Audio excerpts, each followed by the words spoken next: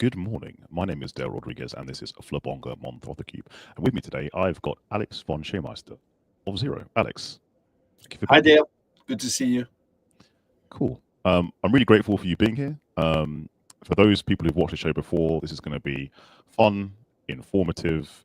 We're going to weave and duck and dive between business, practical, personal.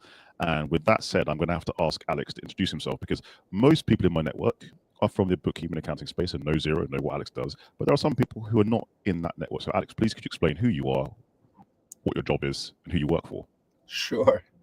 So my name's Alex. I work for Zero and have been working for Zero for the past 3.5 years.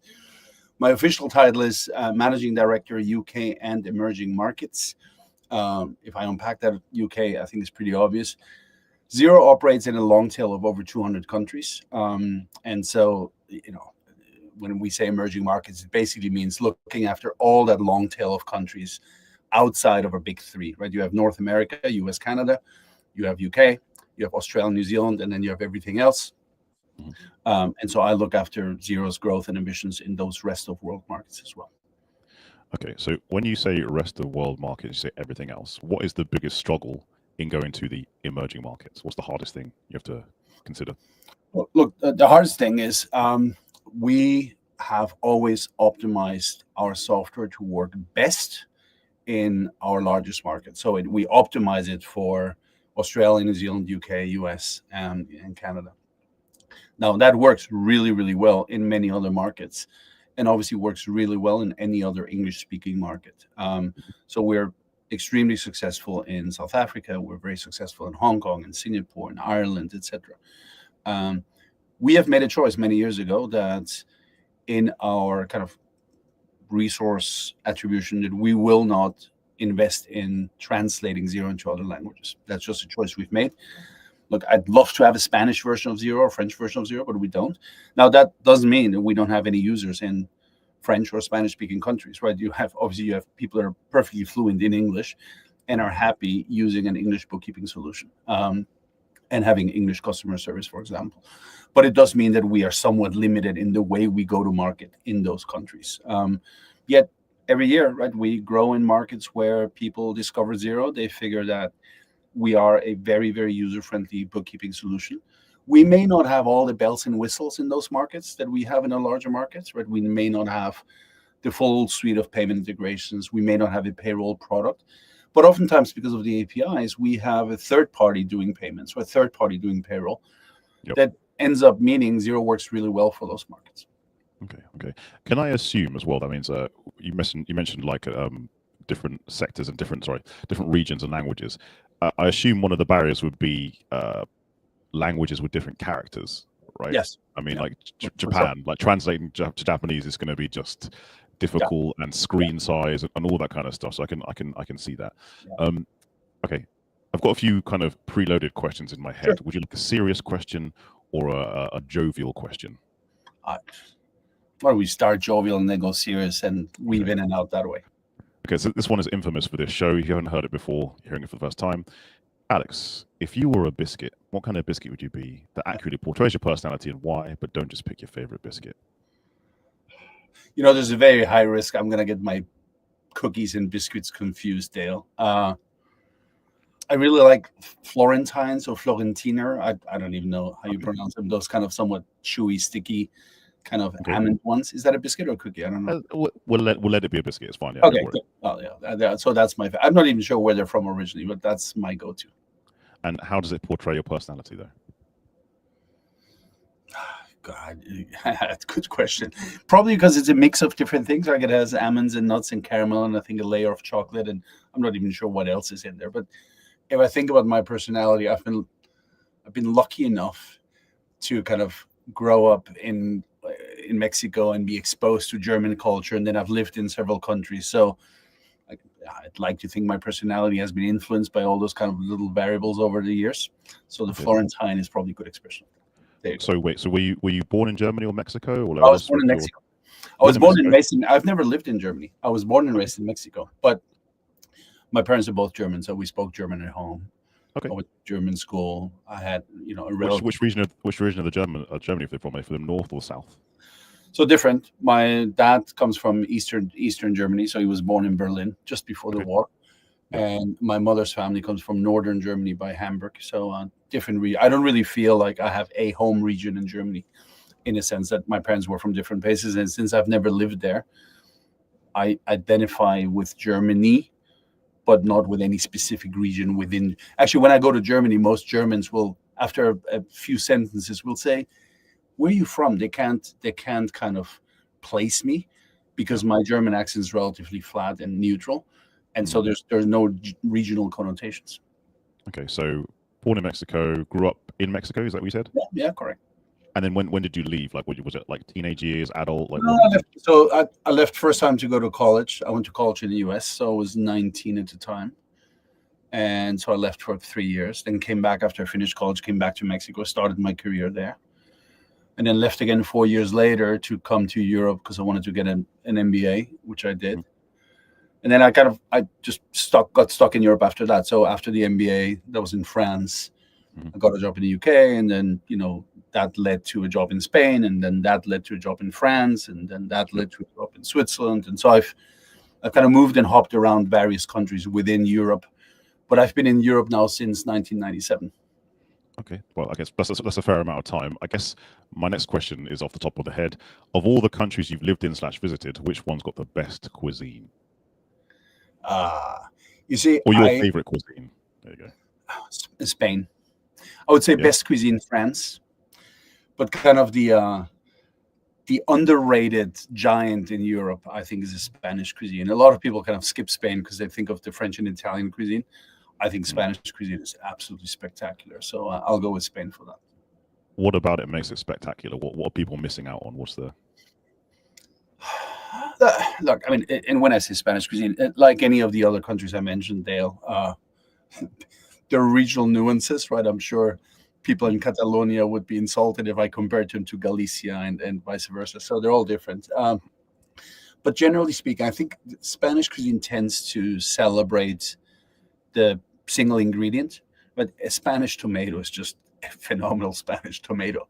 And they don't make a big fuss about it. They just put olive oil and salt in it, and you have the best tomato ever, right? When you eat, whatever, whether it's Spanish meat or fish or seafood or vegetables, they tend to be much more kind of almost pure in their usage of that ingredient.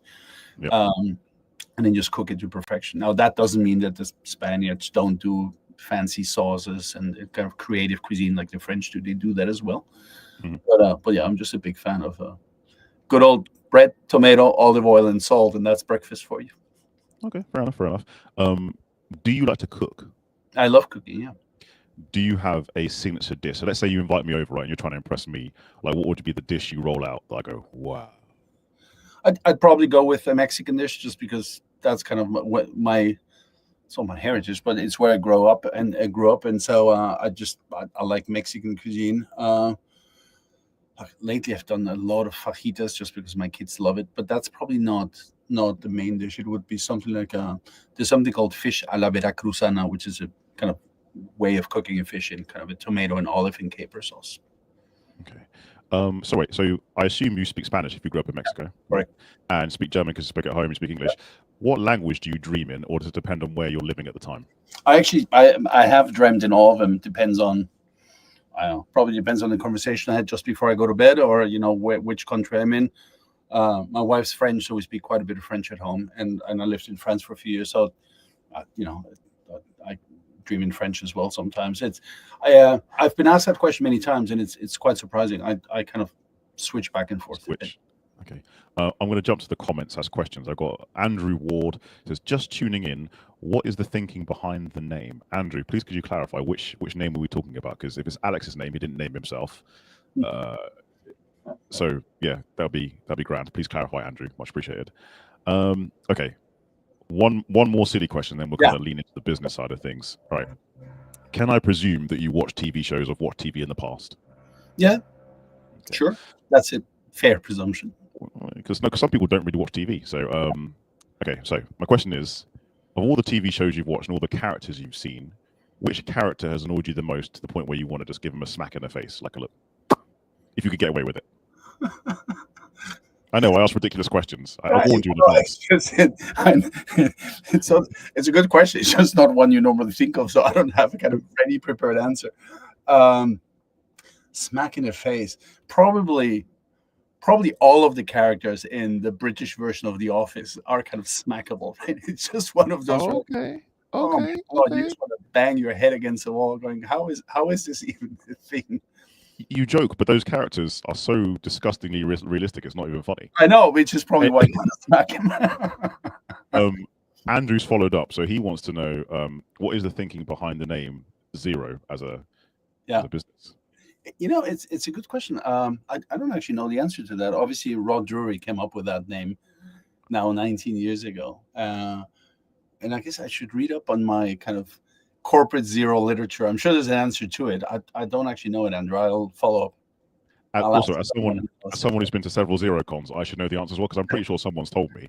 I cannot remember right now, so that's cool. Debbie Hells with a follow-up question.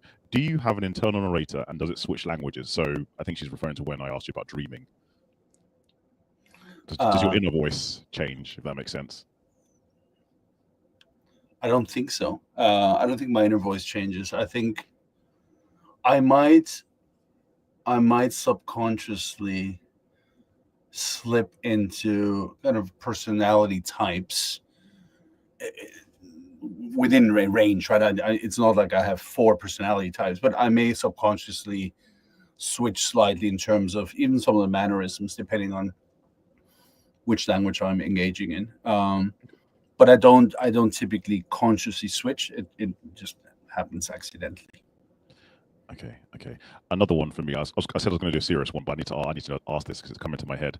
So what I find really fun in languages is idioms, right? Because they never translate well. Yeah. Can you think of any kind of Spanish/Mexican idioms that if you translate it to English, they just don't make any sense? Oh, I'm sure. I mean, and by the way, I get these wrong all the time, which is why normally I stay away from idioms, because I'm more likely to get them wrong. There's some very classic examples. The French have this expression on pisser dans le violon, which means piss in the violin. It doesn't mean anything in English. Right. There's a few. I'm trying to think. There's a few other ones. I can't think of any. But yes, I normally try and stay away from idioms for the exact same reason, because sometimes I forget where I picked the idiom up in the first place. And then you're saying something, wait a minute, this is from a completely different language or background, and then it doesn't translate. So Okay. Serious questions now for a little bit. Go for it. So you've had an extensive career in technology, finance, brands. Let me just open up your LinkedIn. You've worked for some very large businesses. Why did you go down that route? Like, for example, why work for eBay, for example? The eBay choice was twofold. One, I wanted to leave Telefonica. To be honest, after 3 years at Telefonica, which for many, many reasons, I kind of exhausted my time there. I wasn't happy there. And I was looking for the next role, and especially I was looking for a role I could sink my teeth into and kind of engage with. And eBay came across at the time, but it could have been somewhere else. So I thought that, I have to confess, I wasn't specifically honing in or trying to chase the eBay opportunity. I was hoping to leave Telefonica. That said, there are a few things that really attracted me about the eBay opportunity. One, in 2004, now when when you place yourself, this is obviously post bubble burst. There were a few .coms that had survived the bubble burst and were doing well. eBay was one of them. I was quite keen to learn digital up until that point. Yep. My background had been mostly a kind of consumer marketer and very classical marketer. I knew all about brand equity and value propositions and customer understanding, but always in a very kind of legacy or non-digital world. Mm-hmm. I've done a short stint as a consultant as well. I didn't know digital. I didn't know cookies or cookie attributions or search engine marketing, etc. And eBay was just a really good opportunity for me at that time to kind of jump on that digital bandwagon, learn digital. It was also a personal challenge because it was eBay in France, and so even though I spoke some French, right, becoming a marketing director of eBay in France was quite a step, and so I took that kind of almost as a personal challenge. Mm-hmm. So that's how that happened. And many Many of the changes from then on, Dale, I have to say, some of them were oftentimes kind of not accidental, but they evolved or they happened, right? It's not like I sat down when I was 18 years old and said, here's my career path and here's exactly what I want to do. Sometimes you're in a job and, either another opportunity arises and you evaluate it and you say, look, I think this will accelerate my learning curve, or I think it's, the right opportunity for kind of from growth perspective or an impact perspective. And I've taken them. Okay. I mean, that kind of links nicely to my next question. You didn't have a set career path. What advice would you give to Gen Z / Gen Alpha who look at your position now and go, oh, I'd like to have a job like that? What can they do to maybe position themselves, or is it just taking opportunities as you go? Yeah, I would say, look, don't overthink it. And by don't overthink it, I don't mean don't think about it at all, right? I mean, it's good to be ambitious. It's good to have a plan. It's good to have, kind of an assumed pathway that you're working towards. But don't allow that to blind you entirely from the fact that the environment around you is likely to change and that the marketplaces are going to change. And that, by the way, you will go through job cycles or job market cycles where, it's easier or harder to get a job. And that means your path is likely to get derailed, and that's okay. Second, don't be too harsh on yourself that sometimes you'll get knocked sideways, or even take a step backwards, right? When I look at my career and some of the choices I made, in hindsight, I made mistakes. Like, I just mentioned I wasn't happy at Telefonica. In hindsight, I probably shouldn't have taken that Telefonica job in the first place. Yep. Now, did I learn something during the 3 years I was there? Yes, absolutely. I learned a lot. Did it long term, did it hurt my trajectory in my career? No. Could I have gone faster or could I have?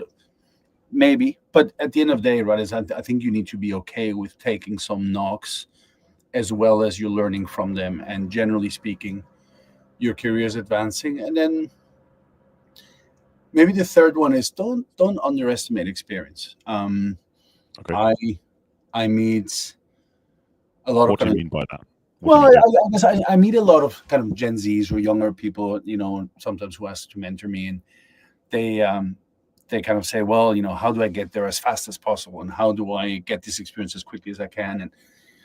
And what I mean by that, sometimes having worked for 20 years counts for having worked in 20 years. It means you have 20 years under your belt, right? It just means, look, Yep. I mean, I was there for the great financial crisis, right? I was there for the tequila crisis in Mexico in 1993. And know what, kind of a deep devaluation of a currency looks like. We're now entering kind of trade wars. Well, I started working at a time when there were significant trade wars or tariff wars between Mexico and the US. So there's something to be said in terms of having been through experiences 1, 2, 3 times, and the fact that you can draw on not just your intellectual knowledge, but you can draw on, oh, wait a minute, there's pattern recognition because I've seen this in the past. And I can actually kind of apply that. Okay. I'm going to interpret what you said, right? And summarize. Essentially, what you're telling maybe some younger people is have purpose, but don't get too obsessed with it, like in terms of direction. Roll with the punches idioms. And like some of these things take time, and it's okay that they take time. Yeah. Be patient. Okay. Correct. Cool. You were much more succinct than I was, Dale. I mean, this is my first language. It's, what I mean? Like, also, it's my job literally to interpret what people say, get back to them, and make sure that I've understood them so we can move forward. So that's literally what I do every day. First of all, shout out to Debbie Hales again. Yay, I made it this week. Hi, Dale. Hi, Alex. Debbie's a great lady. She is or was an asbestos genius. She ran a business for a number of years, and now she's just doing, she's living the good life, honest. I think she's doing investment. Am I right, Debbie? Correct me if I'm wrong. I think you're doing investment stuff or using your business experience to mentor people. Speaking of which, in the prep for this, you mentioned that you are an angel investor. Correct. How did you become an angel investor, and why are you an angel investor? I think it started in my eBay days, Dale, just because you have former colleagues who either left eBay at the time or had done well.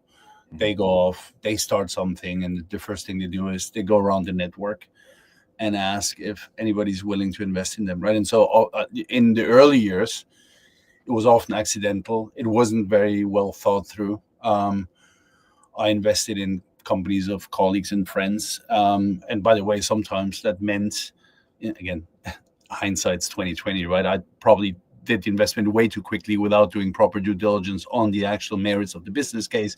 So I burnt my fingers plenty of times. But that's how it started. And then over the years, right, I've become a much more discerning in terms of what I look at or what I invest in, and also somewhat more sophisticated in terms of the due diligence I do before I make a decision in terms of what I invest in. Okay, and if I've understood correctly, you prefer to invest at the seed stage. For those who don't know, could you explain the different stages of investment, the cliche stages? Well, I mean, typically kind of the early stage investment or seed stage or angel stages are when a founding team, right, and he or she's basically looking at friends and family to write some relatively small tickets at that point, right? They're not looking to raise millions. They're basically looking to raise just enough to kind of get them through the first 12 months. Okay, so when you say small, do you mean like 20 grand, 100 grand? What's small? Or is it between 20 and 100? Yeah, that's exactly. Okay. That's about that range. Oftentimes they will only have kind of a minimum viable product that they're starting to validate with consumers or customers, right? They're testing. Now you have plenty of people that do seed stage when there's just a concept and not a product yet. I tend to stay away from those, and I prefer it when there's something you can actually kind of test and evaluate. And at that point in time, more often than not, the big venture capital firms, private equity firms are not involved yet. And increasingly, you have venture capital firms that are looking for those early stage opportunities and are getting involved at seed stage. But certainly when I was starting 10, 15 years ago, that was very rarely the case. Only once that seed stage is confirmed, you typically then have, you may have a follow-on on seed, like almost like second seed, or eventually that's when you go to like an A round, a B round, a C round, which is just fancy language for first round, second round, third round. And that's when larger venture capital firms with proper funds typically get involved in investing. Okay. As an angel investor, how do you stop yourself from being inundated with requests? Because I can imagine you've announced this, it's on your profile. Do you get like a tons of LinkedIn messages saying, hey, can I have some money? And follow-up question, what would I, as someone who's got a seed stage business, need to present to you for you to go, this is a good idea? So 2 questions in one. Yeah, I can't even keep up reading as many as come in, Dale. And so, the short answer is trying to kind of come in through LinkedIn is not going to get you read. It probably takes more of a networking effort and homework to access investors than just cold calling them on LinkedIn. And look, I have a lot of sympathy, right? Because raising money is hard. It is super, super, super hard. And I always feel for CEOs and founders who are passionate about business, right? The whole reason they're launching a business is because they have this amazing idea and they're passionate about that idea. And the first thing they need to do is almost park the very idea they're passionate about to the side and spend all their time kind of fundraising and talking to people and trying to raise money, right? Which is kind of ironic because the whole point you're investing in them is to do what they're good at, but they don't have any time to do what they're good at because they're spending all their time investing money. So there's a real kind of dichotomy there. But so yes, first off, I do get inundated. That's not a good way to reach me. The better way to do it, obviously, is kind of by using some of the networks, and kind of gets to me via those networks in a sense that it already has gone through first filter and credibility. What do I look for? Look, 2 things really. The first one is super, super hard to get right. It's the founder. Okay. It's kind of just that adage of, bet on the jockey, not the horse, right? A good founder will be able to pivot regardless of whether the underlying business plan worked or didn't work, and will be able to kind of do something. And I've seen some of the investments that have worked best for me oftentimes came down to the character of that CEO founder. Okay. And then the second one is you need to have convincing economics, right? There needs to be a convincing kind of unit economics business model that makes you believe that this business will scale and will have the multiples to eventually see kind of further funding routes. But again, both those things are easier to get wrong than get right. Right? It's just I would say absolute caution to anyone who hasn't done this before and wants to get into investment. You have to be ready to lose some of those investments, right? That will just happen statistically. Yep. And B, it requires a pretty significant learning curve to figure out where your own tolerance levels on some of those levels are, and also on your judgment in terms of both kind of founder quality as well as unit economics. Cool beans. Debbie Hales back in the comments again. She says, LinkedIn request for investments. That would be like asking mum and dad for money in the kitchen. She's kind of right, Leah. It's kind of right. All right, we've been a little bit serious for now. We need to go back to being silly for a little bit. We've got to mix it up. We've got to mix it up. Okay. Yeah, sure. So first of all, pre-seed question: do you drink coffee? I do drink. I drink way too much coffee. Yes. Good. So this question is in honor of my co-host Tony Stevenson from Free Agent. This is his question: when you're out and about, Alex, and you have to get some coffee, and you can't go to your favorite artisanal store, you can't go to that, the one that's self-funded, or which branch or chain are you going to get your coffee if you have to? If I find a black sheep, I'll go to Black Sheep chain in London. I saw one in Manchester today, so I know they're not just in London. Mm-hmm. And then if it's not that, then probably Cafe Nero. Cafe Nero. Why Cafe Nero? Because so Tony's asked me the same question, and for me, it's Costa. I think of all the chains, Starbucks, Cafe Nero, Pret, I think Costa has the better coffee. But like you said, you said Nero. I rank Cafe Nero above Costa. So Costa would have been the third one after Cafe Nero. And then after that, it very quickly goes into the I may just skip my coffee kind of thing. I'm not sure I would get it at anything after those three. Okay. Catherine Frimond, I'm here for the silly content. Good. Okay. Okay. Word on the street, Alex, is you are somewhat of a wine connoisseur. Am I correct? Define connoisseur, Dale. I like my wine. Yes, I'm not sure. I'm not sure anyone is ever a wine connoisseur. It's like, the most. No pressure, but sorry. Given your pedigree and background and the amount of places you've lived, you should kind of know about it. You've been to Switzerland, France, lived in Mexico, and German ancestry. Like wine should be like a thing for you. Okay, let's start with the really simple one. Given the choice, red wine or white wine? That's like choosing your favorite child, Dale. That's an unfair question. It really will depend on the time of year, the temperature outside, the mood, the occasion. I just looked at the statistics on my Vivino app the other day, and apparently I drink about 60% of red wine and 40% white wine. So statistically, it would suggest that I will prefer red wine over white wine. Wait, going back to the kids thing, how many kids do you have? I have 2. Which one's your favorite? No way I will answer that, Dale. I'll absolutely plead the fifth on that answer. You joke. So I've asked that question to other people. Like I asked LMH from Silverfin. She was on, and she gave an interesting answer.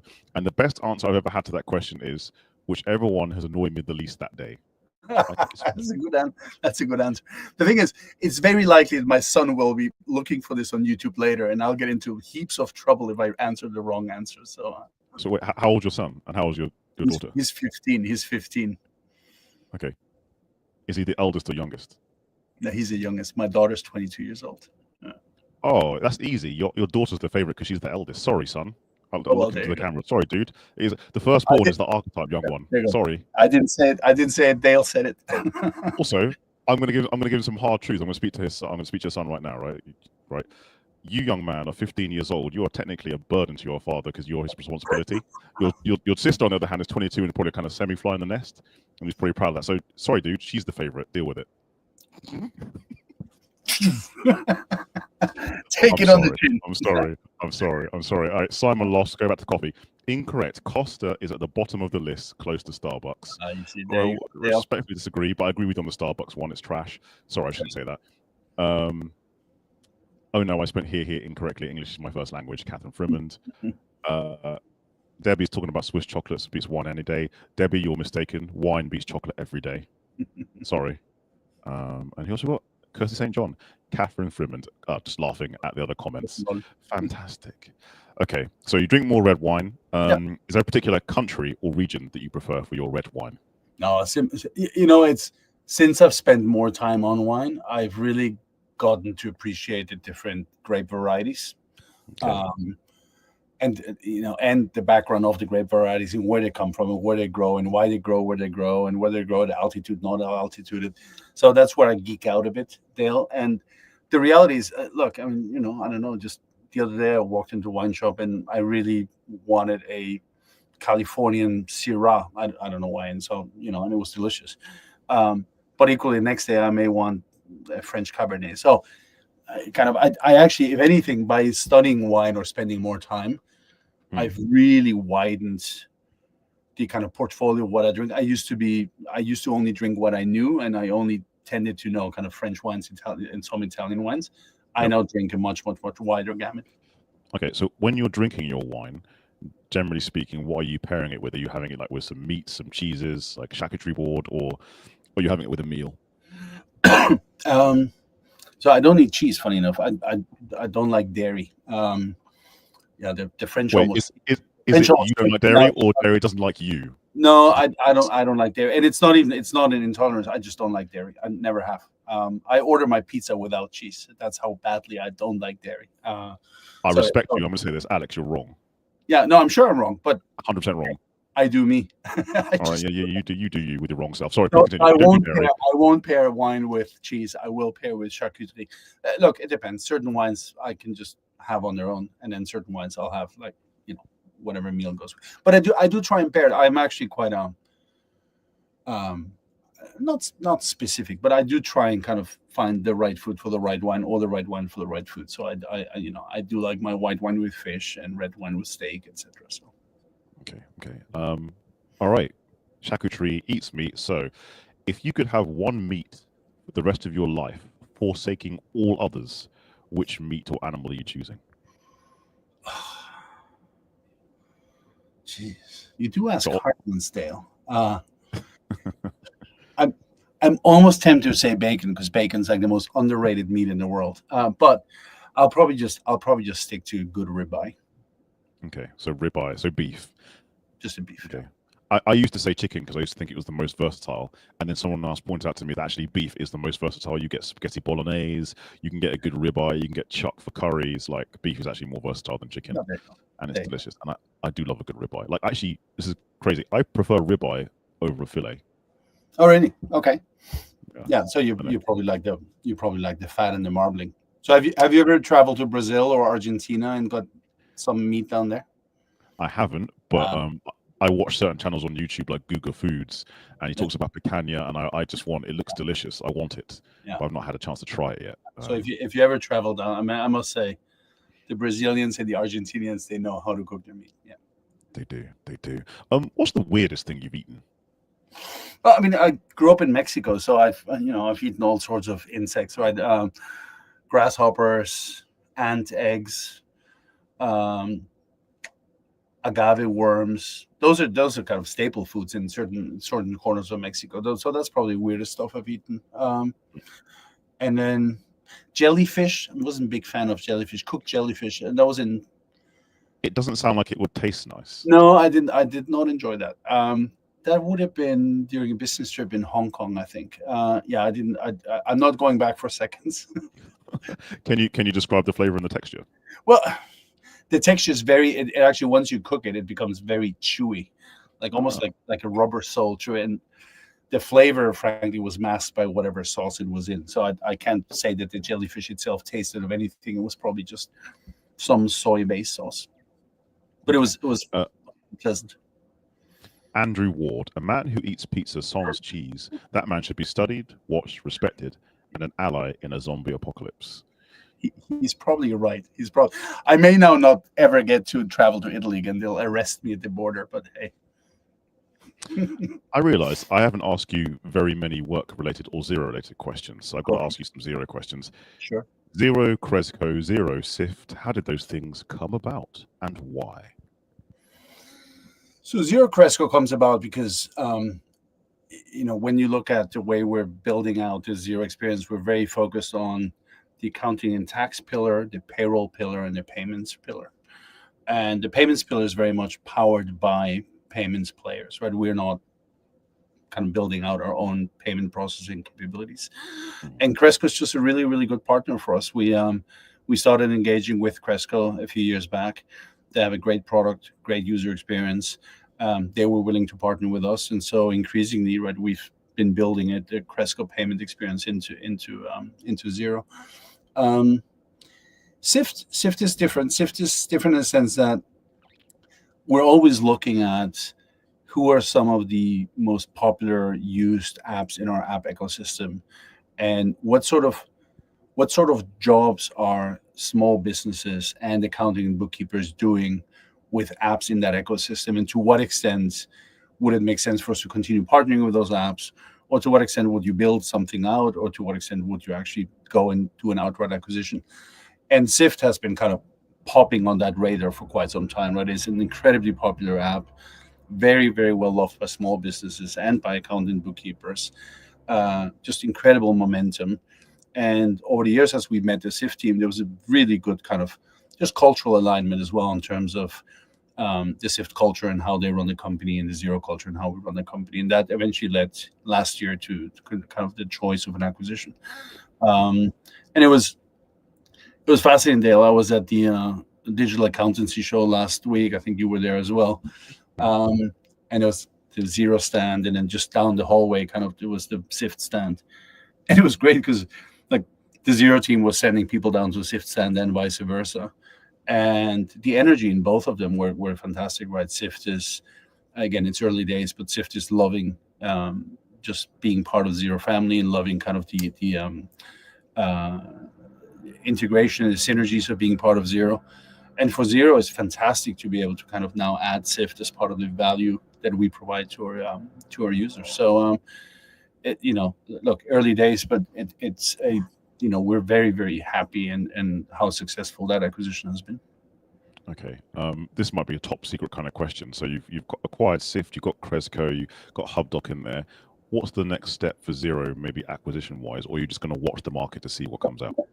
We're always watching the market, right? And I think you have to think about, when you're Xero, you're watching the market across your different regions, right? Australia, New Zealand, North America, UK, rest of the world. And then you're looking at the market in the kind of accounting and tax space, the payroll space, and the payment space. And whenever you're looking at the market, you're kind of looking at, do I build, do I partner, do I buy? Now, oftentimes, there are many, many occasions when you're perfectly fine partnering with someone. You don't need an acquisition, right? And other times, you may be able to build it yourself. So that buying question really becomes is there a significant advantage or acceleration by acquiring a capability that we couldn't have built or partnered otherwise? And so, look, we have a dedicated team at Xero that kind of is, travels the world and shops around, so to speak. But yes, I will not be able to disclose to you what the next M&A target is for us. Obviously. Okay, I've got two more serious and / mean questions. Are you okay for me to ask you some mean questions? Okay, the first one is, can you alleviate the concerns by some bookkeepers and accountants that Xero won't become an accounting or bookkeeping firm? Okay. What do you mean by that, Dale? I think unpack that. Let me unpack it. So there was a joke / rumor going around that actually a lot of accountants and bookkeepers would be stuffed if Xero suddenly went, we're going to offer bookkeeping and accounting services. The reason being, over the last 5 to 6 years, Xero has employed staff from practice. You've got qualified bookkeepers doing your partner consulting. People are like, oh, if Xero decided to become an accounting firm. Oh, okay, got it. Yeah. No, absolutely. Look, the reason we hire people from practice is because they bring so much insight and so much knowledge, and then make our account management and our partner consulting and our customer experience so much better, right? Many of our customer experience agents, for example, are trained accountant and bookkeepers, or are in the process of getting trained. And so it means if you contact customer experience at Xero, they're not just giving you a technical response, but they're actually able to help you on the accounting and bookkeeping matter that you may be struggling with. And so that's why we do it. We are absolutely a software company, and the plan is to provide software for accountants and bookkeepers to be able to pass on to small businesses, as well as software for small businesses. And that is our remit. That is our strategy. We are not planning to disintermediate our accountant and bookkeeper partners. Thank you for assuaging certain people's concerns. Much appreciated. Second hard question. There are some people who have the opinion that Xero has become ever so slightly bloated with its offering, akin to Sage 20 years ago. What would you say to those people? Well, I guess the question is, what do you mean by bloated, right? We have added a lot of additional value into the Xero bundles at the same price point. And when you look at Xero, where you can get bill payments and invoicing, where you can get one payroll, or depending on which plan you go, kind of 5 payroll, 10 payroll, you can get all of your tax, right? We don't monetize or charge for our tax product separately. You can get HubDoc, but that is all part of the offering.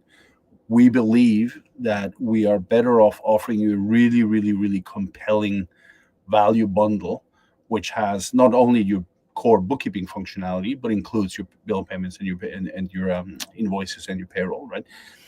The alternative, if you call that bloated, the alternative would be to strip it way down and sell everything as a kind of add-on. The challenge with that is it starts making it very, very complicated to kind of, for a small business or for practice, to actually navigate what you want to shop and what you want to buy. And it makes your pricing offering completely opaque and impossible to navigate, right?